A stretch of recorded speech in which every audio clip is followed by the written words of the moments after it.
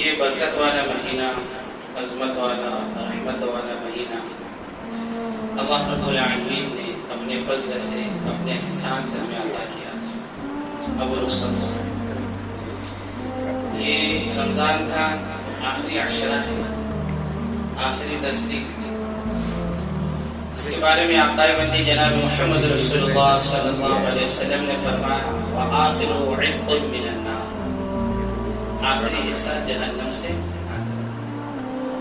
فرمایا اولہ رحمت واوسطہ مغفرۃ وآخر عتق من النار۔ اولہ رحمت کہ پہلا عشرہ، پہلے 10 دن یہ اللہ کی طرف سے رحمت ہی رحمت ہے۔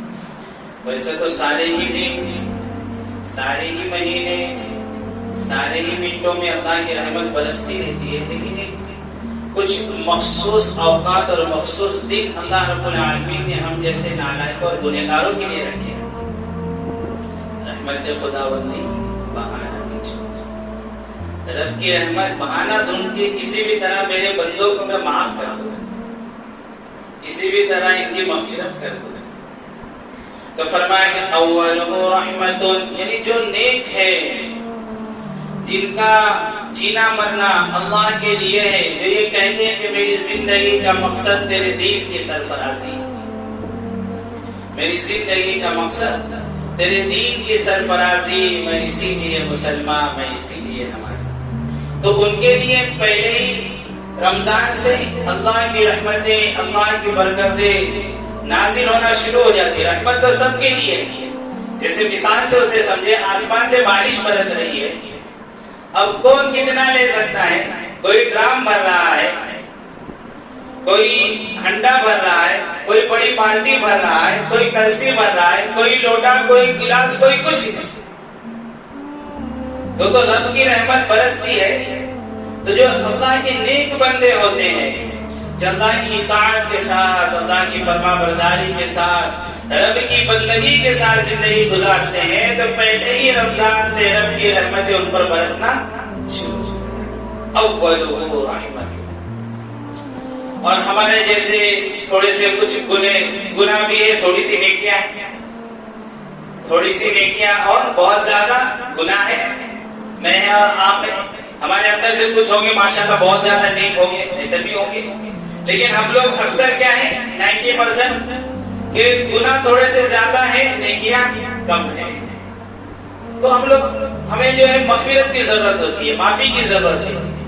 تو اللہ نے فرمایا کہ جب دوسرا عشرہ شروع ہوتا ہے تو وہ اوسطہ مغفرۃ، کے اپنے تھوڑے سے گناہوں کی معافی تلافی کر کے، اللہ سے اپنے گناہوں کی معافی تلافی کر کے اپنے گناہوں کو پاک صاف کرے۔ وہ کیسے ہوگا؟ وہ ایسے ہوگا کہ رمضان کے روزے رکھے، وہ ایسے ہوگا کہ تھوڑی سی تلاوت کر لیں، وہ ایسے ہوگا کہ نماز تراویح کو ادا کر لیں، وہ ایسے ہوگا کہ جب سحری کے لیے اٹھتے ہیں تو 10-15 منٹ پہلے اٹھ جائے، تھوڑا سا تہجد کا اہتمام کر کر رب کے سامنے گرم گرم آنسو بہا لے، تو فرمایا وَأَوْسَطُهُ مَغْفِرَةٌ، تو پھر اللہ تعالیٰ جو ہمارے جیسے گنہگار رہتے ہیں اللہ ان کی بھی معافی کر دیتے ہیں۔ اور بالکل وہ لوگ جو بالکل بیچارے غافل تھے، لاپرواہی اور بے خبری کے ساتھ زندگی گزار رہے تھے، بھئی کیا رمضان کیا غیر رمضان، بھئی کہاں گئے تھے پتہ نہیں، کیا لائے کچھ نہیں، تو یوں سمجھ رہی تھی کہ ان کے لیے جہنم بالکل واجب ہو چکی تھی، اور اپنے گناہوں کی نحوست سے، نافرمانی کی وجہ سے اللہ کو ناراض کر کر جو جہنم کے مستحق ہو چکے تھے، اب ان کے لیے آخری عشرہ ہے کہ رب کے سامنے رو دھو کر معافی تلافی کر کر اپنے آپ کو جہنم سے آزاد کرائیں۔ اب بھی نہیں تو پھر کبھی نہیں، اب نہیں، اللہ کی طرف سے رحمتیں برس رہی ہے، اللہ کی طرف سے برکتیں نازل ہو رہی ہے، نورانی ماحول ہے، فرشتے والا ماحول ہے، شیطان کو قید کر کر سمندر کے اندر پھینک دیا گیا، ایسے نورانی ماحول میں، فرشتے والے ماحول میں رمضان کی مبارک ساعتوں اور گھڑیوں کے اندر بھی اگر کوئی بندہ اپنی معافی تلافی نہ کرائے تو پھر کون سا وقت ہے؟ اب کون سا وقت آئے گا اس کا؟ اب کل نہیں آئے گا اس کی زندگی کے اندر. یا ایھا الذین آمنوا اتقوا اللہ ولتنظر نفس ما قدمت لغد. اب کل نہیں آئے گا. آگے جو کوئی بھی تیاری کرنی ہے آج ہی کرو. دل کے اندر داعیہ پیدا ہوا نیک عمل کرنے کا، آج سے نہیں ابھی سے شروع کر دو. کل نہیں آئے گا. کل نہ کر کل کی پل کا بھروسہ نہیں، کل نہ آئی ہے کل، کل نہ آئے گی کل، کل نہ آئی ہے کل، کل نہ آئے گی کل، کل نہ کل پل کی پل کا بھروسہ نہیں. فکر عقبہ کی طرح آج ہی بے خبر. فکر عقبہ کہتے ہیں آخرت، موت کے بعد کی زندگی، آخرت کی زندگی. کل نہ کرو کل سے شروع کرو. یہ شیطانی دھوکہ ہے. نیکی کا داعیہ رب کی طرف سے مہمان ہے، اور مہمان کا اکرام یہ ہے کہ دل کے اندر خیال آیا نیکی کا، فوراً کر گزرو. نیکی کا خیال آیا، نماز کے لیے جانے کے لیے دل چاہ رہا ہے چلے جاؤ، قرآن پڑھنے کے لیے دل چاہ رہا ہے تلاوت شروع کر دو، ذکر کے لیے دل چاہ رہا ہے ذکر شروع کر دو، اللہ کی راہ میں نکلنے کا دل چاہ رہا ہے نکل پڑو، صدقہ اور زکات دینے کا دل چاہ رہا ہے، کسی غریب کے اوپر خرچ کرنے کا دل چاہ رہا ہے، افطاری کرانے کا دل، ساری کی ساری نیکیاں ہیں. یہ میرے رب کی مہمان ہے. اور جو مہمان کا اکرام کرتا ہے مہمان پھر آتا ہے. جو مہمان کا اکرام کرتا ہے یعنی یہ کہ پھر اللہ نیکی کی اسے توفیق دیں گے، اللہ پھر اسے بھلائیاں کی توفیق دیں گے. کیوں؟ کیونکہ جو نیکی اور جو داعیہ اس کے دل کے اندر آیا، اس نے اسے عملی جامہ پہنا، اس کے اوپر اس نے عمل کیا. تو میرے پیاروں اب یہ ہے کہ آپ اپنے گناہوں کی معافی تلافی اللہ کے سامنے کرائیں. اور میں نے اس کا طریقہ آپ کو بتایا کہ اب جو گنے چنے دن باقی ہے، تراویح کا بھی اہتمام کرنا ہے، جو روزے ہیں صحیح طریقے سے روزے بھی رکھنا ہے، قرآن کی تلاوت کرنی ہے، ذکر کرنا ہے، اپنے آپ کو گناہوں سے بچانا، یہ بھی بہت بڑی نیکی ہے. اگر کسی سے بڑی نیکیاں نہ ہو، تلاوت نہ ہو رہی ہو، ذکر نہ ہو رہا ہو، نماز تو سب کے لیے ہے، تو پڑھنا ہی ہے، روزہ تو سبھی کو رکھنا ہے، لیکن اگر بڑا کوئی ذکر نہیں ہو رہا ہے، تلاوت زیادہ نہیں تھوڑی سی ہو پا رہی، تو اب یہ ہے کہ بندہ اپنے آپ کو گناہوں سے بچائے. اپنے آپ کو گناہ سے بچانا بھی بہت بڑی نیکی ہے. یہ بھی بہت بڑی نیکی ہے. اپنے آپ کو چغل خوری سے بچانا، اپنے آپ کو غیبت سے بچانا، اپنے آپ کو کینہ کپٹ حسد نفرت سے بچانا، اپنے آپ کو جھوٹ بولنے سے بچانا، یہ بھی بہت بڑی نیکی ہے. اور یہ جو رمضان کا مہینہ دیا ہے نا اللہ رب العالمین نے، یہ غمخواری کا مہینہ ہے، یہ غمخواری کا مہینہ ہے. لیکن یہ مومن کی کج فہمی ہے، اس کی غلط سوچ ہے. بعض مرتبہ اللہ رب العالمین نعمتیں برساتا ہے بندے پر تو بندہ سمجھتا ہے کہ اللہ مجھ سے خوش ہو گیا.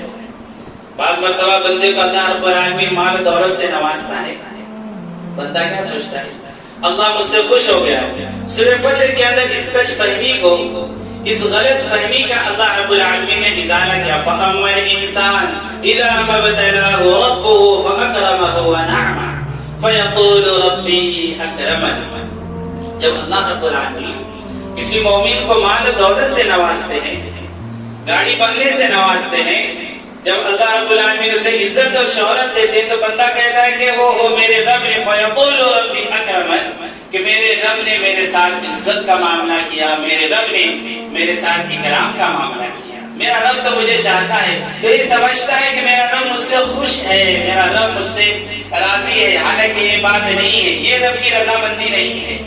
رب کی رضامندی اگر مال و دولت ہوتی تو فرعون سے بھی رب راضی ہو جاتا. فرعون کو اللہ نے بہت مال دیا تھا. اگر مال و دولت کا مل جانا یہ رب کی رضامندی کی دلیل ہوتی تو قارون سے بھی رب راضی ہوتا. لیکن مال و دولت کا ملنا تو یہ اس کا کاروبار جب چل پڑتا ہے، مال و دولت کی فراوانی ہوتی ہے، یہ مٹی کو ہاتھ لگاتا ہے، مٹی سونا بن جاتی ہے. اور پھر یہ نہ حلال دیکھتا ہے نہ حرام دیکھتا ہے، جائز دیکھتا ہے ناجائز دیکھتا ہے، کسی چیز کو نہیں دیکھتا. اور پھر اس کے بعد مال و دولت جب اس کے پاس آتا ہے تو یہ کوٹھیاں بناتا ہے، یہ بنگلے بناتا ہے. پھر اس کے اوپر کیا لکھتا ہے؟ ھذا من فضل ربی، یہ میرے رب کا فضل ہے. یہ رب کا فضل ہی نہیں میرے پیارے، یہ اللہ کی طرف سے بڑی کٹھن آزمائش تھی تیرے لیے، یہ رب کی طرف سے یہ کٹھن آزمائش تھی۔ تو نے نہ حلال جانا نہ حرام جانا، جائز جانا نہ ناجائز جانا، شراب کے اڈے چلا کر، جوئے سٹے کے اڈے چلا کر، اور غریب کا مال چھین کر، اور بیواؤں کی بددعائیں لے کر حرام طریقے سے تجھے کوٹھی تیار کی۔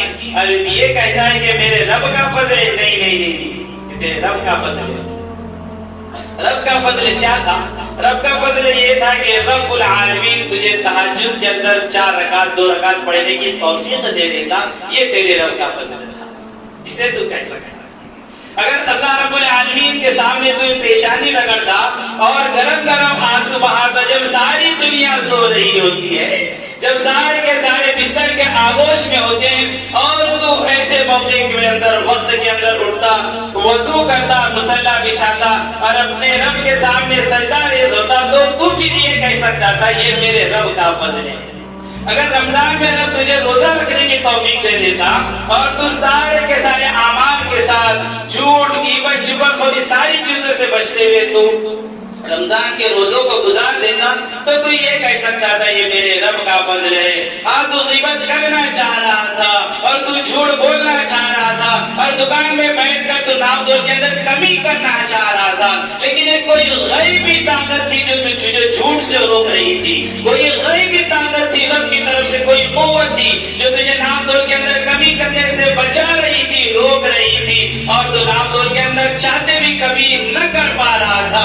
یہ تھا تیرے رب کا فضل۔ تو کہہ سکتا ھذا من فضل ربی، کہ جب تو جھوٹ بولنا چاہ رہا ہے تو غیبی طاقت تجھے روک رہی ہے، اور یہ غیبی آواز آ رہی نہیں نہیں نہیں نہیں، تو رب کا غلام ہے، تو محمد عربی صلی اللہ علیہ وسلم کا امتی ہے، تیرے نبی سچے نبی تھے، تیرے نبی امین نبی تھے، جب وہ جھوٹ نہیں بولتے تھے تو کیسے جھوٹ بول سکتا ہے؟ یہ رب کا فضل ہے۔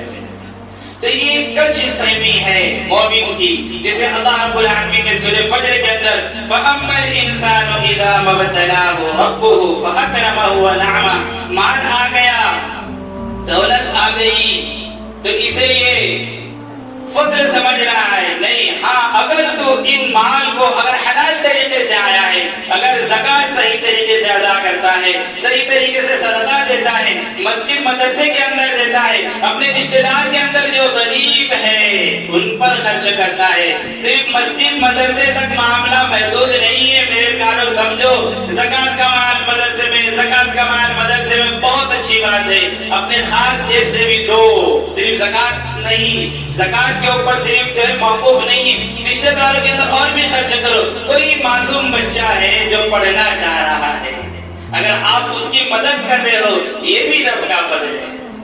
کوئی پڑھنا چاہتا ہے، کوئی غریب گھرانہ ہے جس کے گھر کے اندر چولہا نہیں جل رہا، کوئی بیوہ ہے، کوئی بے سہارا ہے، کہا کہ اگر اس کی آپ مدد کر رہے ہو، یہ بھی بہت بڑی نعمت ہے، یہ بھی رب کا فضل ہے۔ اگر مان لینے کے بعد اگر آپ یہ خیر کے کام کر رہے ہو، یہ سارے عمل کر رہے، تو آپ کہہ سکتے ہو ھذا من فضل ربی۔ تو اللہ نے مومن کی، مسلمان کی اس غلط فہمی کو، اس کی غلط فہمی کا ازالہ کیا، اور پھر کیا ہے ایک غلط فہمی؟ وَأَمَّا إِذَا مَا ابْتَلَاهُ فَقَدَرَ عَلَيْهِ رِزْقَهُ فَيَقُولُ رَبِّي أَهَانَنِ، جب اسے غریبی آ جاتی ہے، مال و دولت کے اندر کمی آتی ہے، جب پریشانی آتی ہے، تو کیا کہتا ہے کہ میرے رب نے مجھے ذلیل کر دیا، میرے رب نے مجھے بے عزت کر دیا۔ حالانکہ بات ایسی نہیں ہے۔ آگے اللہ کیا کہہ رہا ہے؟ کلا بل لا تکرمون الیتیم، تمہاری سوچ کو بدلو، بات ایسی نہیں۔ بات کیا ہے؟ کلا بل لا تکرمون الیتیم، ذلت بے عزتی کا سامنا تمہیں کیوں کرنا پڑتا ہے؟ ذلت بے عزتی کا سامنا تمہیں اس لیے کرنا پڑتا ہے، کلا بل لا تکرمون الیتیم، کہ تم نے یتیم کی عزت کا خیال نہیں کیا، تم نے یتیم کا خیال نہیں رکھا۔ ضروری نہیں، اگر آپ کے پاس مال نہیں ہے تو ضروری نہیں کہ آپ مال ہی دے دو۔